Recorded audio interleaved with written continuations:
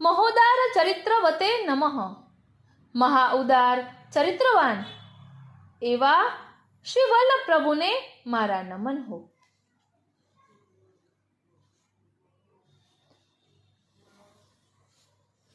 એટલે અહીં કહ્યું, શ્રી વલ્લભ રાજ પરમ ઉદાર, દીનતા દાખ શરણ જે આવત તાહી પેરી જવાર, અપુનો સર્વસ્વ દેત તાહી કો કૃષ્ણ ચંદ્ર નિરધાર, લાલ દાસ તાકે બરસત પ્રેમ પિયુષ રસધાર.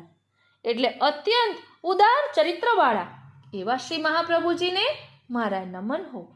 ચિત્ર પરિચયમાં વર્ણન કર્યું છે કે ત્રિપુર દાસને સદા ભગવત સાનિધ્યનો અનુભવ થયા કરે એવો અનુગ્રહ આપશ્રીએ કર્યો છે. આ નામનો વ્યાખ્યા કરતા શ્રી ગોકુલનાથજી કહે છે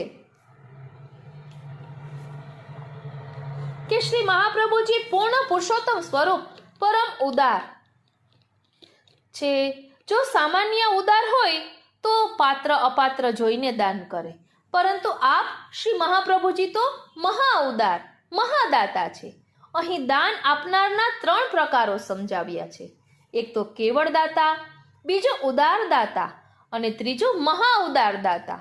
એટલે જે કેવળ દાતા હોય ને એ સમય જોઈને દાન કરે, અને ઉદાર દાતા હોય ને તો તીર્થોનો વિચાર કરીને ઘરમાં જ દાન કરે, પરંતુ અપાત્રનો વિચાર કરીને દાન કરે નહીં, માત્ર જોઈને જ દાન કરે. ત્યારે મહા ઉદારનું લક્ષણ એ છે કે એમનું સર્વસ્વ માગે ને તો એ સર્વસ્વનું પણ દાન કરી દે. શ્રી મહાપ્રભુજીના સર્વસ્વ સર્વોપરી એવા શ્રી ગોવર્ધનનાથજી છે. એ ગોવર્ધનનાથજીનું દાન શ્રી મહાપ્રભુજી પોતાના સેવકોને કરે છે.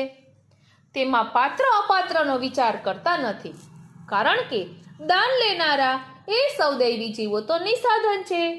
આવા જીવોમાં પણ બ્રાહ્મણ, ક્ષત્રિય, વૈશ્ય, શૂદ્ર અને સ્ત્રી આદિને આપ પરમ અલૌકિક દાન કરે છે.